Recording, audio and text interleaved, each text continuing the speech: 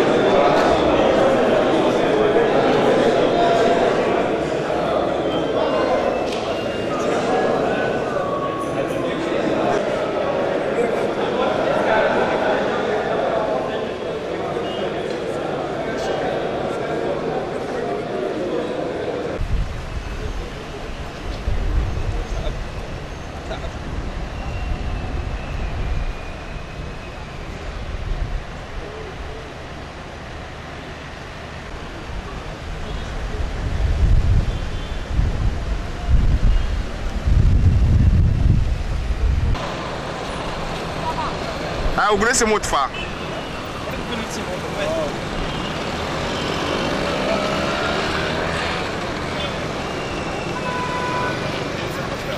Também se chega na bandeira.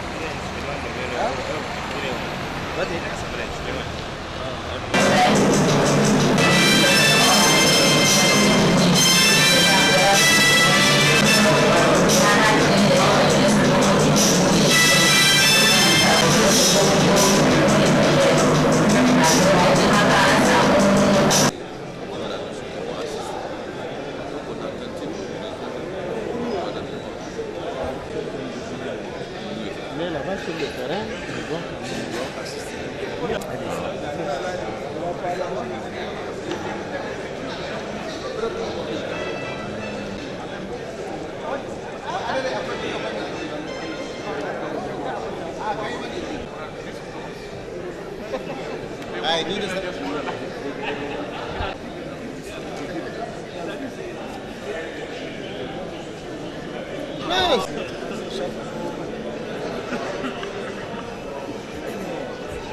wallahi ka bari ni ce da sarkun da muka yi da wa iyayenka muka ba da kai ba zamna kurum c'est lui là notre égal toi il faut rester tranquille Hajibo c'est lui notre égal là toi wallahi ta kasa c'est mes amis ouais la bana bi girboro aizino wani ken manta bai ai wace ne da kai kira na so izinin go sai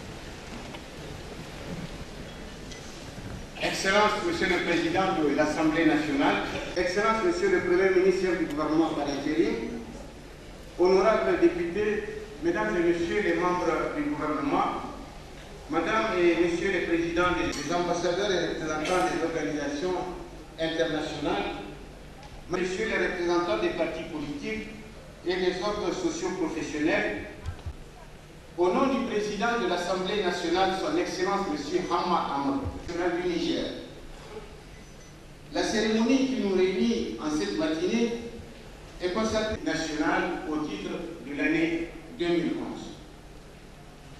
Le chronogramme de la présence d'hymne national, la nigérienne, exécuté par la fanfare de la garde nationale, avant d'arriver à cette importante allocution, son Excellence l'honorable Guy Zumba Ndama, président de l'Assemblée nationale du Gabon,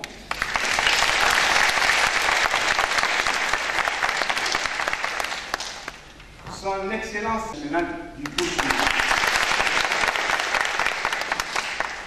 Son Excellence l'honorable professeur Djikounda Traoré, président. Son Excellence les honorables présidents d'Assemblée nationale vont du reste intérieur et de coopération entre le Niger et leurs pays respectifs, d'une part et d'autre part, au renforcement des relations. Excellence, honorable, le président de l'Assemblée nationale, son Excellence M. Hamma Amadou, va procéder conformément aux dispositions du règlement intérieur de l'Assemblée.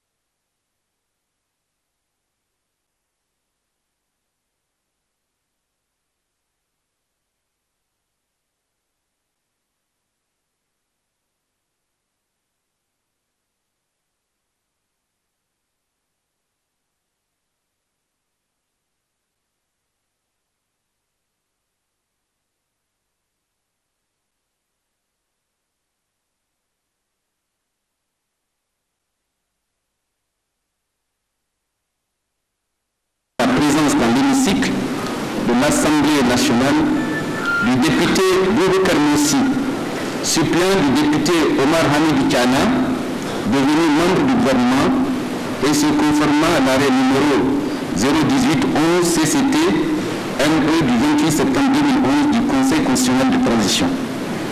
Monsieur le député, au nom de l'Assemblée nationale, je vous souhaite la bienvenue parmi vos collègues. Je m'en vais donc vous livrer le discours d'ouverture en comptant sur votre patience. Excellences, Messieurs les présidents des Assemblées nationales du Bénin, du Burkina Faso, du Gabon et du Mali, mes très chers frères. Monsieur le Premier ministre, chef du gouvernement par intérim, Mesdames et Messieurs les présidents des institutions de la République, honorables députés, chers collègues, Mesdames et Messieurs les membres du gouvernement, Excellences, Mesdames et Messieurs, les représentants du corps diplomatique et des organisations internationales, Madame la gouverneure de la région de Niamey, Monsieur le maire, président du conseil de ville de Niamey, Messieurs les maires d'arrondissement de la ville de Niamey, Mesdames et Messieurs les représentants des partis politiques, vénérables chefs coutumiers, vénérables chefs religieux, Mesdames et Messieurs distingués invités. Nous voici réunis ce jour 6 octobre 2011 pour ouvrir par la grâce de Dieu la deuxième session ordinaire dite session budgétaire de notre Assemblée. Cette session, d'une importance capitale pour le Niger, commence par cette cérémonie solennelle à laquelle j'ai le grand plaisir de vous demander de voter pour les en saluer et les remercier. La présence parmi nous de très grands amis du Niger, mes collègues présidents des Assemblées nationales du Burkina Faso, son Excellence l'honorable Marc-Christian Kaboré, président de surcroît de l'Assemblée parlementaire de la francophonie, à qui je voudrais réitérer les remerciements des députés nigériens pour l'accueil exceptionnel qui leur a été réservé au Burkina Faso la semaine dernière. Bénin, son Excellence l'honorable professeur Mathurin Kofi Nago, qui vient d'être réinvesti pour la seconde fois à la tête du Parlement béninois, auquel nous adressons nos vœux de plein succès pour son nouveau mandat. Gabon, son Excellence l'honorable Guy Mzouban Dama, notre très estimé ami et doyen d'Afrique centrale, qui par cette visite poursuit l'entretien des amitiés ouest-africaines de son pays que lui a laissé en héritage le président Omar Bongo Ondimba. Soyez les bienvenus. Mali, son Excellence l'honorable professeur Djikounda Traoré, un ami très cher qui vient d'être investi par le plus grand parti malien, l'ADEMA-PASJ, afin de défendre les couleurs de celui-ci aux prochaines élections présidentielles d'avril 2012 au Mali. Nous vous souhaitons bonne chance. Ils ont, sur notre invitation, accepté de faire le déplacement du Niamey afin de nous témoigner la sympathie et la solidarité des parlementaires de leurs pays respectifs. Qu'ils en soient 1000 fois remerciés. Et c'est assurément avec un immense plaisir que nous allons écouter tout à l'heure les messages qu'ils ont bien voulu nous apporter en leur nom. Messieurs les présidents, au nom des députés et des plus hautes autorités du Niger, soyez les bienvenus en terre nigérienne, votre patrie. Votre présence illumine nos cœurs autant que l'ouverture de nos travaux. Elle nous est un précieux réconfort parce qu'elle exprime le soutien sans faille des démocrates de notre continent à l'Assemblée nationale de la 7e République du Niger. Ces démocrates sincères et engagés, vous les représentez à la perfection à nos yeux. Merci d'être venu. Monsieur le Premier ministre par intérim, permettez-moi de vous demander et de dire au Premier ministre empêché toute notre appréciation de la collaboration efficace qui existe entre l'Assemblée nationale et le gouvernement. Depuis le démarrage des travaux, de nos activités, de notre Parlement en avril dernier, il n'a jamais failli, avec tout son gouvernement, au rendez-vous des ouvertures de nos sessions. Ancien parlementaire lui-même, comme vous d'ailleurs, il nous exprime ainsi, en toute simplicité et discrétion, la considération et le respect qu'il voue à la représentation nationale.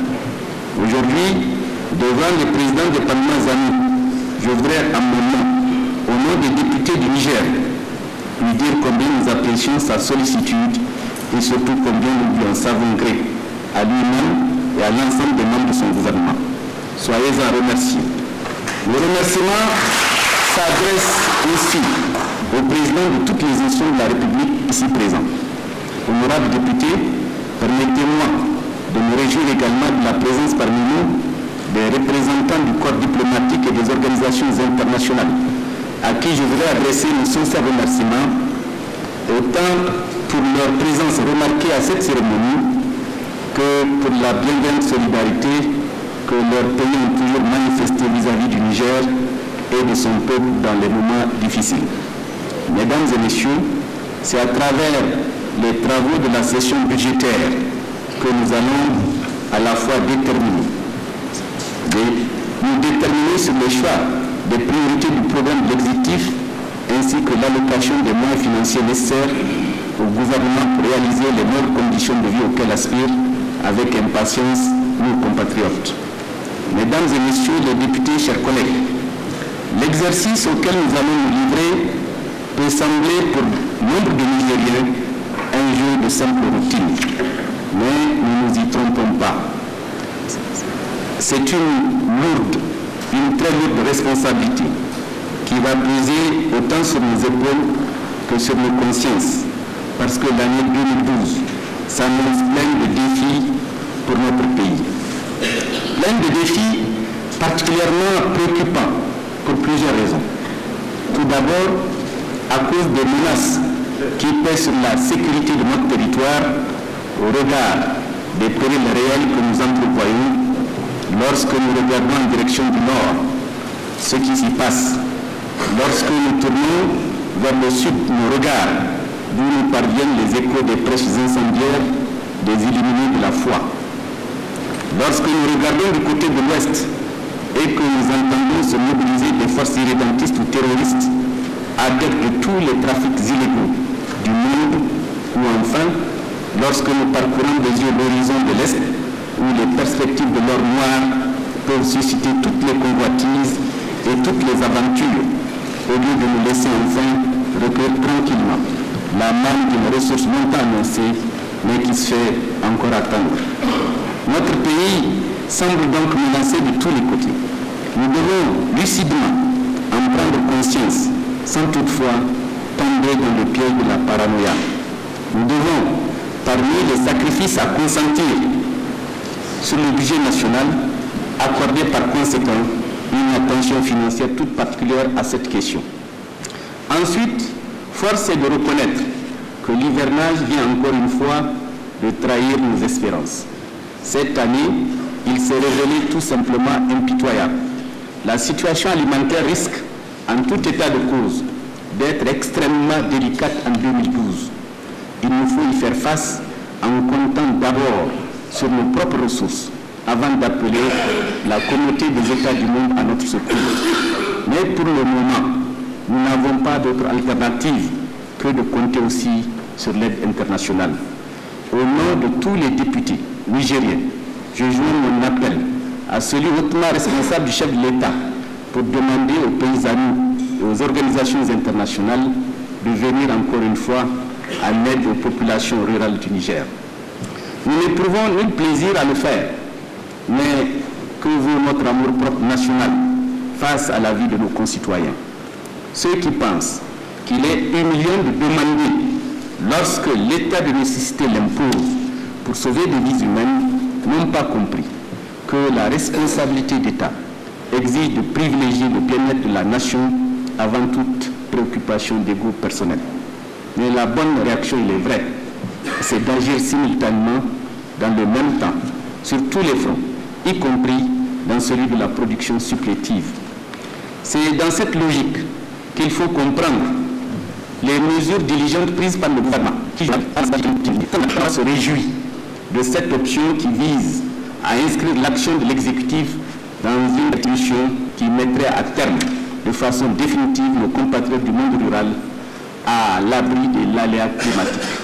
En nous retenant ainsi son caractère aléatoire et de plus en plus incertain sur notre sol, l'hivernage nous envoie en réalité un message. Il nous faut maintenant accepter de l'entendre et d'en déchiffrer le sens profond. Cela signifie, en termes simplifiés, que le Niger ne nourrira les Nigériens dorénavant qu'en recourant à ces immenses nappes aquifères. Les eaux du ciel ne lui seront plus accordées qu'avec parcimonie. Si certains pays ont pu s'accommoder de cette contrainte majeure et survivre dans des milieux à l'apparence encore plus hostiles que celui dans lequel nous vivons, par un travail acharné et une ingéniosité chaque jour un peu plus poussée, le Niger aussi le pourrait. Toutefois, cette éventualité n'est envisageable que si nos concitoyens, comme notre administration d'ailleurs, acceptent de changer en réformant de façon durable leur façon, leur méthode et leur conception même de la production agricole. Cette éventualité, ajouterai-je, n'est possible que si les Nigériens veulent bien changer aussi leurs habitudes alimentaires. Autant d'exigences en même moment sont certes difficiles à satisfaire. Mais avons-nous le choix? Non, nous n'en avons pas. Le peuple nigérien est condamné soit à s'adapter à ces nouvelles réalités de son écosystème, soit à périr misérablement ou à vivre quotidiennement l'humiliation des reportages médiatiques évoquant avec une délectation malsaine les messages de détresse d'un pays constamment en proie à la famine. Cela, notre fierté nationale ne saurait l'accepter. La mise en œuvre du programme 3L, annoncé par le gouvernement, devrait donc démarrer impérativement dès l'année 2012. Le budget national dût-il passer tout entier dans cette option, le Parlement nigérien devrait l'admettre et le soutenir. En troisième lieu, nous trahirions l'esprit de solidarité forte qui doit exister entre les différentes institutions de la République si nous faisons semblant de ne pas percevoir une sorte de mauvaise humeur de certains de nos compatriotes, se traduisant par des critiques imméritées et précoces à l'endroit d'un pouvoir démocratique qui s'installe. C'est sans doute que longtemps, confrontés à la pauvreté et à des espérances déçues, désorientés de plus en plus par un pouvoir d'achat chaque jour un peu plus faible, déprimés par la morosité d'un climat économique résultant d'un contexte international en crise, affolés par l'élargissement progressif du chômage lié à un taux de croissance démographique débridé et un taux de scolarisation de plus en plus élevé, et dont les jeunes n'entendent plus s'accommoder dans le fatalisme et la résignation, on espère par ces critiques sans doute mettre l'État sous pression. Un tel état d'esprit exige en réponse des investissements ambitieux, générateurs d'activités nouvelles, donc d'opportunités pour tous ceux qui souhaitent agir pour s'en sortir par eux-mêmes. Conséquemment, le gouvernement a proposé à la sanction des députés les crédits nécessaires au lancement de ces investissements. Toutefois, l'impatience, toute légitime qu'elle peut être, se doit d'être raisonnable et rationnelle. Le gouvernement mis en place en avril dernier a pris en 2011 un train déjà en marche. Il ne pouvait au mieux que faire face aux urgences dans les limites autorisées par la loi de finances qu'il a trouvée et qu'il ne pouvait que très légèrement amender. Certes, il a essayé, à travers une série de mesures nouvelles, de démontrer son engagement à tenir ses promesses. Mais il est, et c'est l'évidence même, qu'il ne saurait en 6 mois apporter au Niger une prospérité qui exige à la fois des années d'efforts et un travail acharné et persévérant des Nigériens dans leur ensemble. Du reste, ce n'est qu'avec la loi 2012 que le gouvernement actuel imprimera véritablement à la marche du pays son empreinte personnelle et l'esprit de la nouvelle gouvernance dans laquelle tous ensemble nous avons placé désormais nos espérances.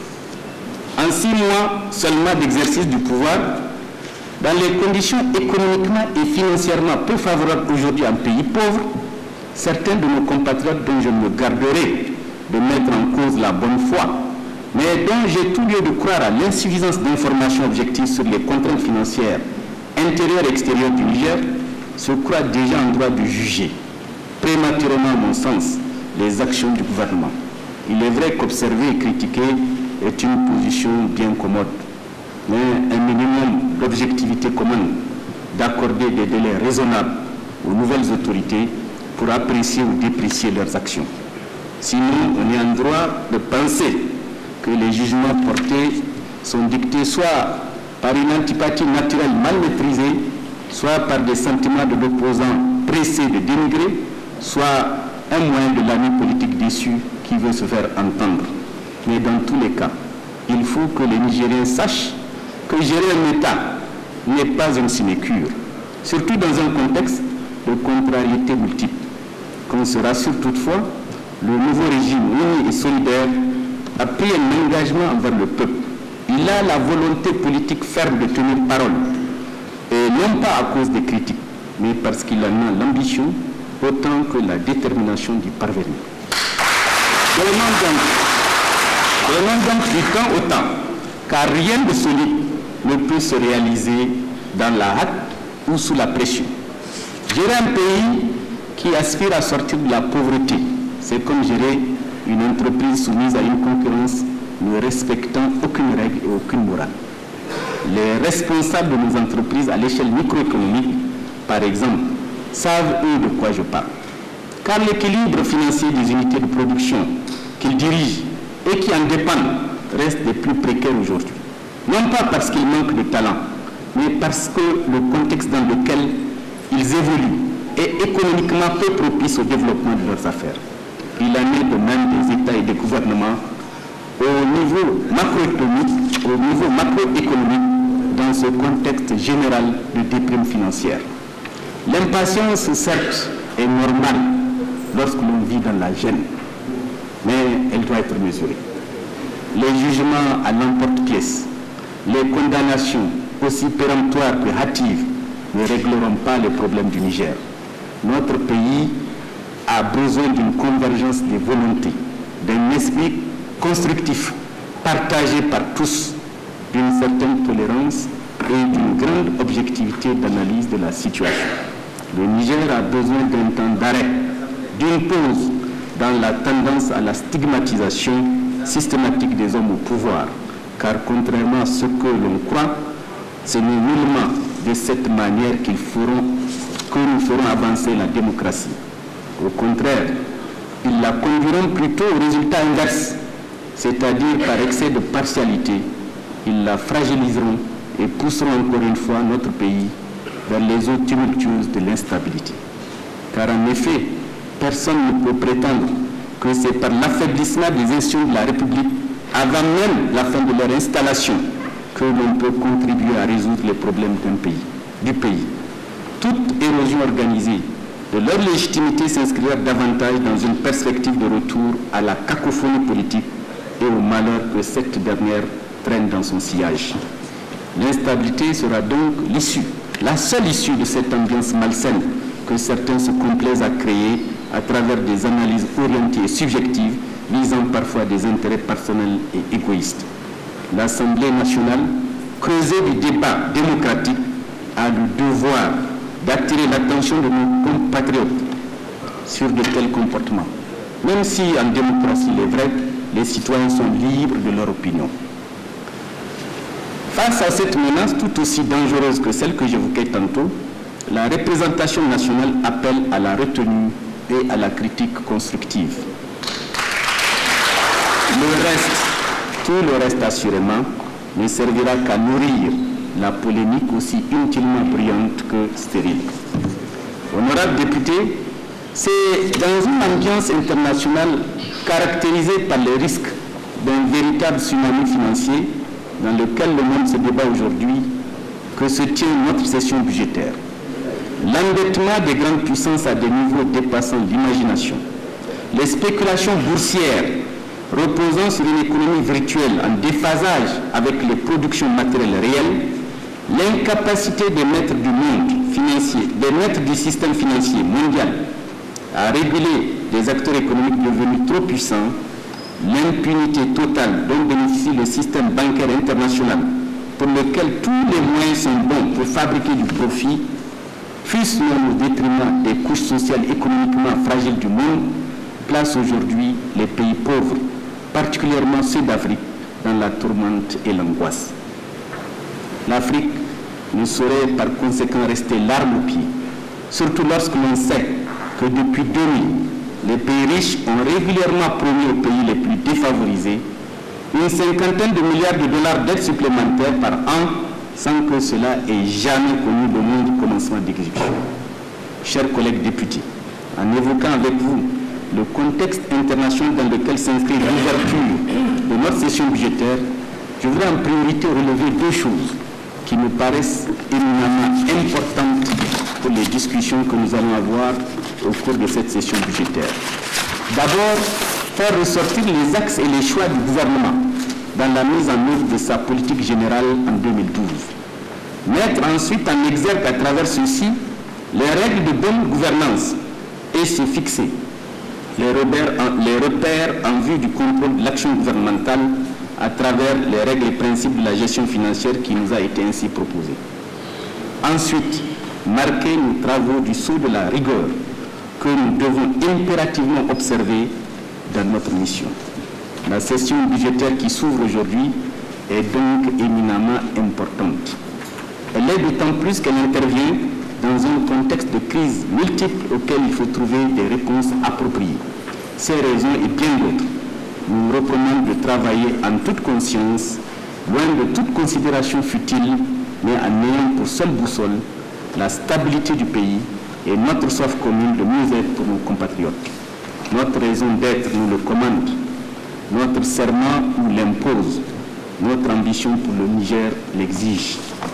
Mesdames et messieurs, c'est en souhaitant plein succès à nos travaux que je déclare notre session budgétaire ouverte. Que Dieu bénisse le Niger, qu'il garde l'Afrique tout entière, qu'il sauve le monde des hommes de leur propre iniquité. Je vous remercie.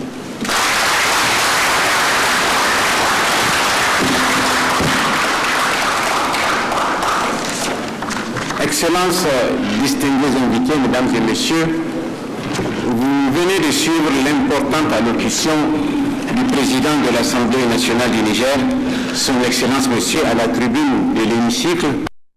Le président de l'Assemblée nationale du Gabon, Monsieur le Président de l'Assemblée nationale du Niger, très chers frères, Monsieur le Premier ministre par intérim de la République du Niger, Monsieur le Président de l'Assemblée, très chers frères, Mesdames et Messieurs les membres du gouvernement, honorables députés, chers collègues, Excellences, Mesdames et Messieurs les ambassadeurs et représentants des organisations internationales, et vous tous en vos grades et qualités. l'Assemblée nationale du Gabon est très honorée de prendre part à la présente cérémonie qui marque l'ouverture de la deuxième session ordinaire 2011 de l'Assemblée nationale du Niger. À cet effet, il faut souligner que le geste du président Hama Amadou, c'est-à-dire cette invitation qu'il m'a adressée le 21 juillet dernier afin de vivre cet instant important de la vie politique du Parlement nigérien, rejoint un autre geste bienveillant manifesté tout récemment à l'égard de l'Assemblée nationale du Gabon. Je voudrais parler aussi du déplacement sur Libreville qu'il a promptement accepté d'entreprendre le 1er septembre écoulé pour participer à l'ouverture de notre session budgétaire en dépit de son emploi du temps qui était spécialement très chargé pendant cette période. D'autre part, avant même de recevoir l'invitation du palais Léomba, le président Hama Amadou avait déjà mandaté son vice-président pour transmettre de vive voix l'admiration, le respect et tout le crédit qu'il porte au peuple gabonais, à ses institutions générales et à son Assemblée nationale en particulier. Le tout assorti d'une demande très explicite d'appuyer le Niger dans son processus de retour à l'état de droit. À l'occasion du propos très riche qu'il a prononcé à Libreville, le président Hama Amadou n'a pas manqué de réitérer avec ses propres mots tout le bien qu'il pense du Gabon. À son tour, le peuple gabonais qui vous a écouté et apprécié l'économie de votre allocution, Monsieur le Président, voudrait vous exprimer par ma voix le profond respect et la grande admiration qu'il porte également au peuple frère du Niger. Monsieur le Président, si la géographie nous a distanciés, l'histoire nous rapproche. Notre socle culturel est le même, car il représente bien le produit de nos ancêtres communs. Parmi les traits caractéristiques de cette culture qui nous rapproche, il y a l'hospitalité. En effet, il est acquis que le Niger, tout comme le Gabon, est une terre de générosité, une terre d'accueil où l'hospitalité est une règle d'or, ainsi que votre pays le manifeste avec éclat ces derniers mois dans le contexte de crise politique qui affecte les États voisins.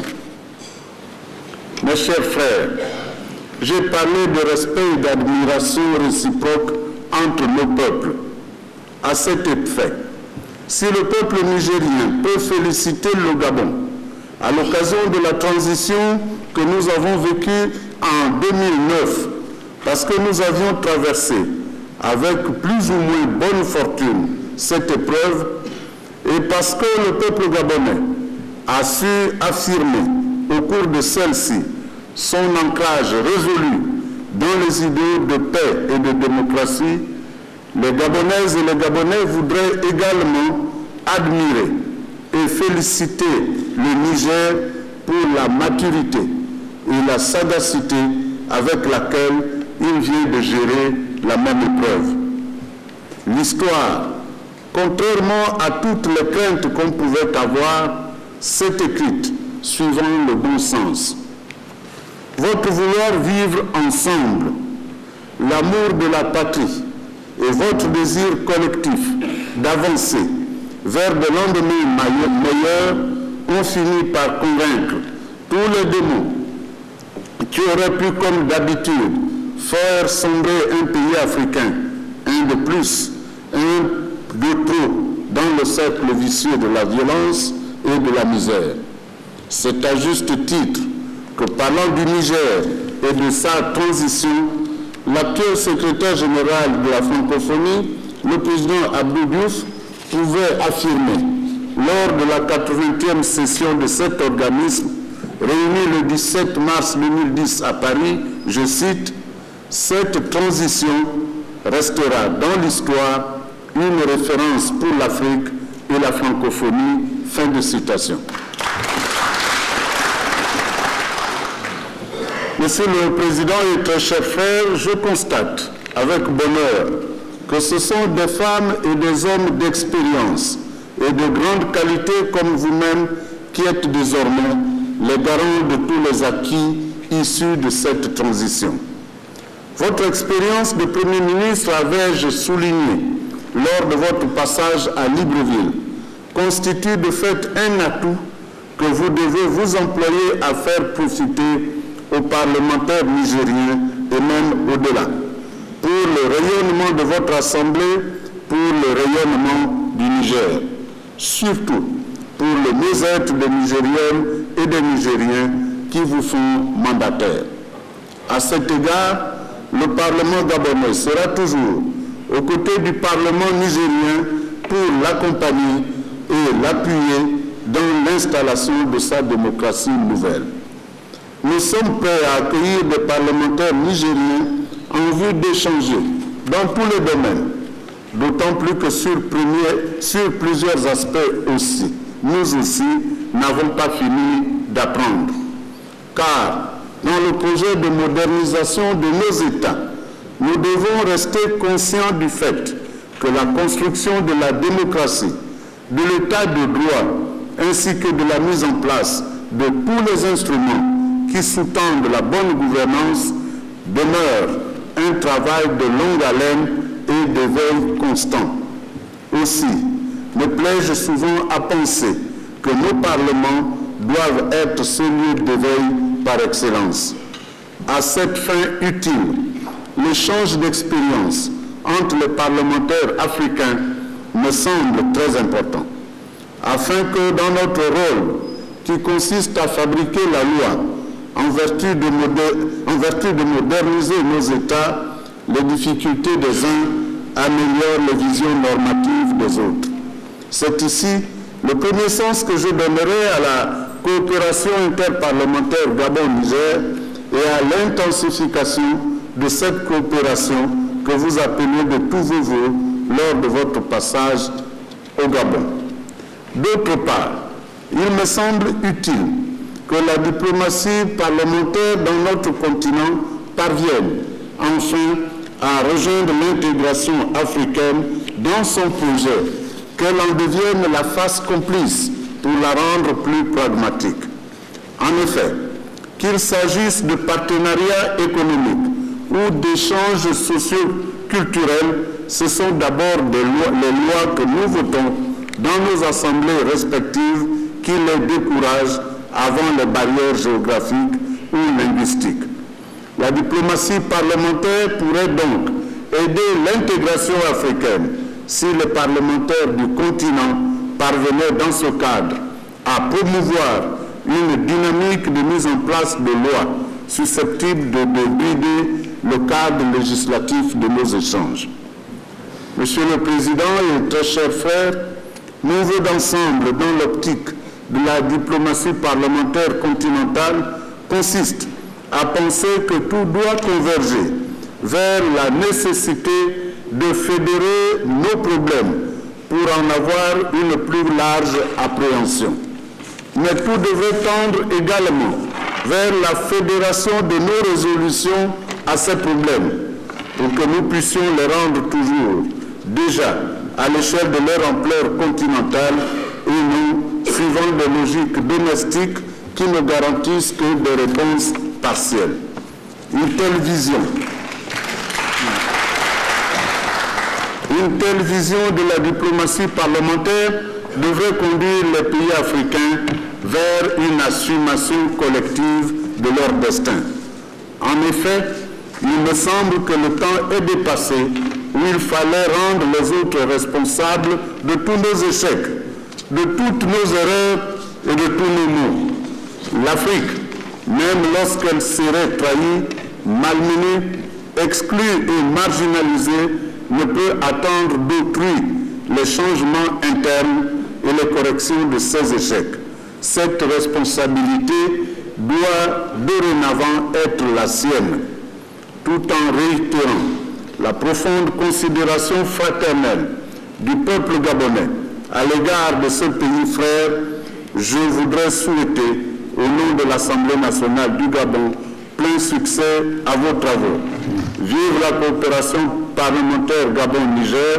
Je vous remercie de votre bienveillante attention. Merci, Monsieur le Président et chers frères. Monsieur le Premier ministre, chef du gouvernement par intérim, Excellences, Monsieur le Président d'Assemblée nationale du Gabon, du Mali et du Bénin, Mesdames et Messieurs les présidents des institutions constitutionnelles, Mesdames et Messieurs les membres du gouvernement, Excellences, Mesdames et Messieurs les membres et chefs de mission diplomatique, Excellences, Mesdames et Messieurs les représentants des organisations internationales et interafricaines, honorables députés, distingués invités. Je voudrais tout d'abord exprimer mes sincères remerciements aux autorités et au peuple nigérien pour l'accueil chaleureux et les marques d'attention et d'affection fraternelle dont la délégation qui m'accompagne et moi-même sommes l'objet depuis notre arrivée en terre africaine du Niger. Vos paroles, Monsieur le Président, d'homme de conviction, prononcées le 28 septembre dernier à Ouagadougou devant les députés, continuent de résonner en chacun de nous comme un appel pressant à une responsabilisation toujours plus grande des parlements et des parlementaires africains pour un continent maître de son destin. Je voudrais exprimer toute ma gratitude à mon frère et ami, le président Hama Amadou, ainsi qu'à nos collègues de l'Assemblée nationale pour non seulement l'agréable opportunité qui nous donne de participer à la présente cérémonie officielle de rentrée parlementaire, mais également de prendre la parole devant cette auguste assemblée dont les membres nouvellement élus ont été les témoins privilégiés de l'histoire politique récente du Niger et des acteurs déterminants du renouveau démocratique aux côtés du peuple nigérien. C'est le lieu pour moi de saluer la maturité, le sens des responsabilités et le courage dont ont fait preuve le peuple nigérien et les forces démocratiques pour un retour à une vie constitutionnelle normale. À cet égard, vous avez donné des leçons d'un processus démocratique exemplaire à l'Afrique et au reste du monde. Je m'en voudrais de ne pas saisir cette occasion pour adresser mes sincères félicitations à chacune et à chacun des membres de votre Parlement pour leur brillante élection. À vous-même, Monsieur le Président, tout en mesurant la confiance placée en vous par vos pairs, je vous souhaite beaucoup de réussite durant votre mandat. Monsieur le Président, distingués collègues et personnalités, Mesdames et Messieurs, permettez-moi de poursuivre mon propos en vous demandant, Monsieur le Président, de Son Excellence, Monsieur Issoufou Mahamadou, les salutations chaleureuses et fraternelles de Son Excellence, Monsieur Blaise Compaoré, Président du Faso. L'excellence des relations qui existent entre nos deux chefs d'État et la communauté des destins forgés par l'histoire et la géographie entre nos deux pays doivent servir de levier pour la consolidation de notre coopération parlementaire. Honorables députés, les élections législatives dont les députés de la présente législature tirent leur légitimité ont été les plus disputées de l'histoire du Niger. Les parlementaires, authentiques représentants du peuple, sont chargés à travers le vote de la loi et le contrôle de l'action gouvernementale d'exprimer la volonté souveraine du peuple et de donner force de loi à celle-ci au nom et pour le compte de la nation entière. C'est pourquoi le Parlement est par essence le temple de la démocratie et de la conscience démocratique du peuple pour défendre les institutions républicaines, promouvoir la bonne gouvernance et le développement du pays, tout en assurant une veille démocratique pour renforcer en permanence la confiance des populations et des partenaires à l'égard des institutions et des personnes qui les assument.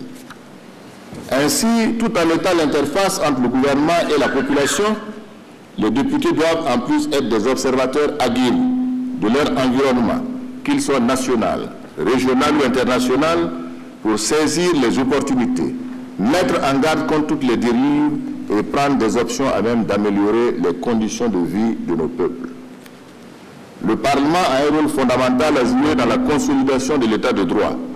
Et pour ce faire, la tolérance et l'indépendance vis-à-vis des autres pouvoirs doivent être des réalités quotidiennes si nous voulons transformer pacifiquement la société et nous assurer que les autres pouvoirs exercés au nom du peuple travaillent en harmonie pour l'intérêt général.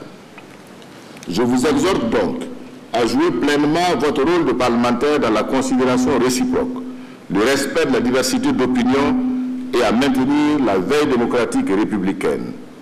L'expérience récente dans mon pays, suite à la crise politique, économique, sociale et militaire que nous avons traversée, nous enseigne que la démocratie est une construction permanente qui, au-delà des principes intangibles qui la régissent, doivent être en phase avec la réalité sociale. Les revendications démocratiques sans précédent qui ont marqué notre continent en 2011 nous montrent clairement que la démocratie est non seulement un système dans lequel la souveraineté émane du peuple, mais qu'elle doit aussi être un système viable qui améliore les conditions de vie des citoyens. Autant la solidité d'une démocratie repose sur l'universalité des droits, l'égalité de tous les citoyens devant la loi et la liberté des individus, autant il paraît nécessaire, pour assurer sa pérennité, de s'attaquer aux problèmes récurrents de nos sociétés, tels la lutte contre la pauvreté, le chômage des jeunes, l'éducation, la santé, la lutte contre la corruption et j'en passe. La mauvaise ou l'insuffisante prise en charge de ces questions renforce la perception sur les populations selon laquelle la démocratie n'améliore pas leur vie quotidienne. C'est pourquoi les parlementaires se doivent d'être des animateurs infatigables de la vie démocratique nationale. Monsieur le Président, Monsieur le Premier ministre par intérim, distingués collègues et personnalités, Mesdames et Messieurs, en participant à l'ouverture de votre session budgétaire, le Parlement burkinabé s'inscrit dans le cadre d'une coopération plus accrue entre nos deux parlements. Dois-je rappeler que les parlements nationaux sont devenus des instruments privilégiés et irremplaçables de ce qu'on appelle communément la diplomatie parlementaire en Afrique et dans le monde. Je souhaite que les échanges et les concertations entre nos deux parlements s'intensifient au plan bilatéral et dans le cadre de notre participation au Parlement communautaire ainsi qu'aux organisations interparlementaires auxquelles nos deux parlements sont membres. Comme nous pouvons le constater, toutes les tentatives de construction communautaire s'accompagnent d'un volet parlementaire appelé à jouer un rôle de plus en plus important. Qu'il s'agisse des commissions parlementaires permanentes de nos deux pays, des groupes d'amitié parlementaires et des organes de nos administrations parlementaires, il y a d'énormes possibilités d'enrichissement mutuel qui contribueront sans nul doute à accélérer le processus d'intégration. Je demeure convaincu qu'au-delà des efforts effectués par chacun de nos États, l'intégration reste la seule voie d'avenir pour notre continent, au regard des nombreux défis que nos États pris isolément ne peuvent relever. C'est pourquoi nous devons consolider l'amitié et la solidarité entre nos peuples. Je ne saurais terminer mon propos sans avoir un regard compatissant vis-à-vis de nos braves paysans du Sahel qui n'auront pas cette année des récoltes à la hauteur de leur ardeur au travail, faute d'une pluviométrie convenable. Il nous faut non seulement envisager des solutions urgentes pour faire face au déficit céréalier qui se profile, mais également engager une réflexion stratégique pour enrayer le spectre de la famine dans notre sous-région. En réitérant toute ma gratitude pour l'accueil chaleureux et fraternel réservé à ma délégation, je souhaite plein succès à vos travaux. Je vous remercie. Les conseils et la vision de la démocratie que nous partageons entièrement avec vous, au niveau du Parlement nigérien,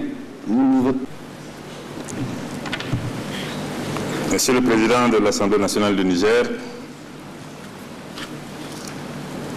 Monsieur le Premier ministre, chef du gouvernement, Messieurs les Présidents des institutions de la République, Messieurs les Présidents des Assemblées nationales du Bénin, du Burkina Faso et du Gabon, honorables députés, Mesdames et Messieurs les membres du gouvernement, Excellences, Mesdames et Messieurs les membres du corps diplomatique et des représentations consulaires accréditées en République du Niger,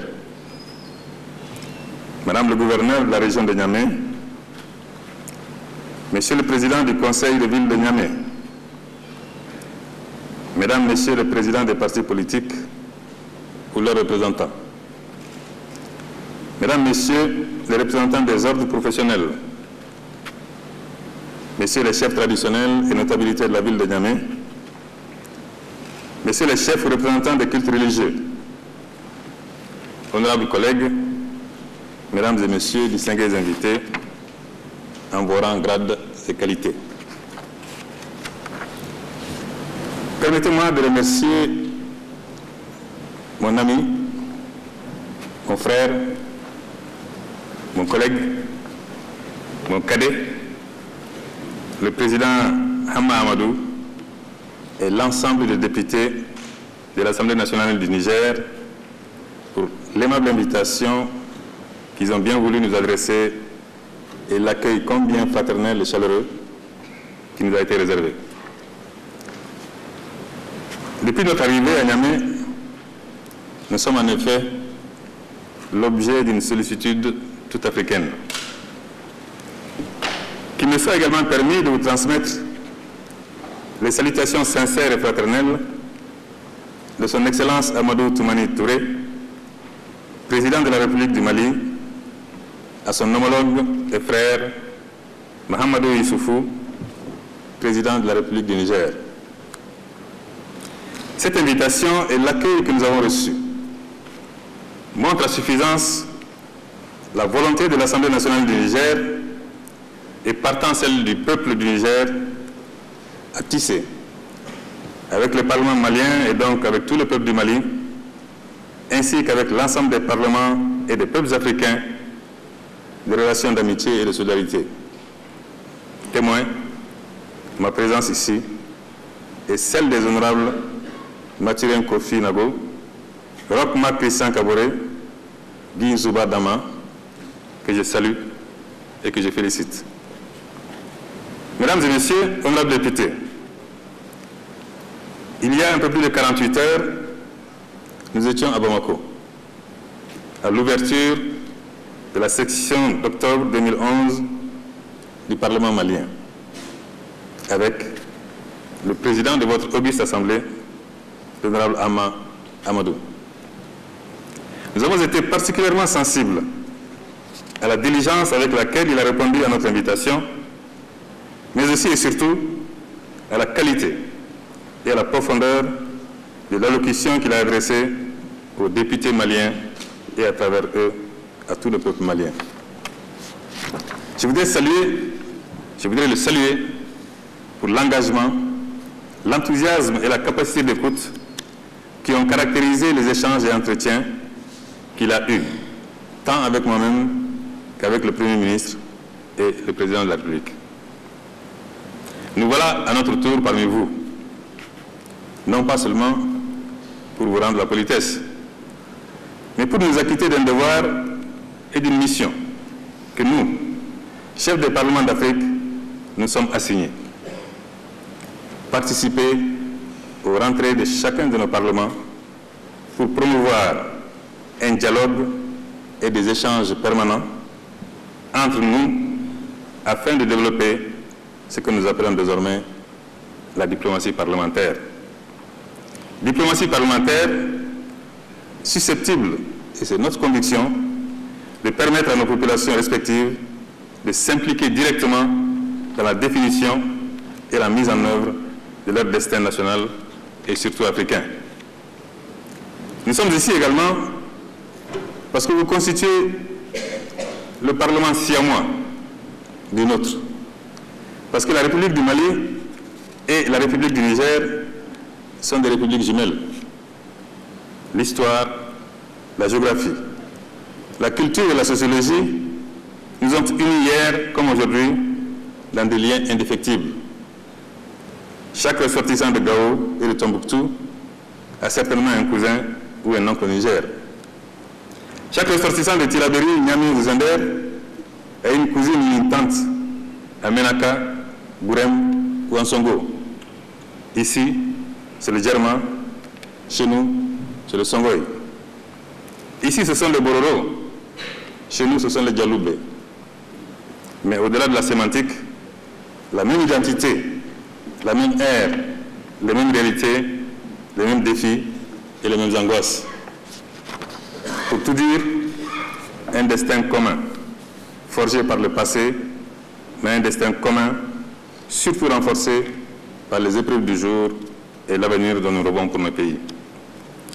Un avenir commun parce que nous sommes voisins, parce que nos deux pays sont enclavés, parce que le processus de démocratisation et notre volonté de bâtir des États fondés sur le droit et le respect de la personne humaine dans sa liberté et sa dignité sont les mêmes, parce que nous sommes profondément africains et que nous sommes convaincus que seule l'intégration africaine et l'unité de notre continent peuvent nous permettre de combler la différence énorme qui nous sépare des pays dits développés.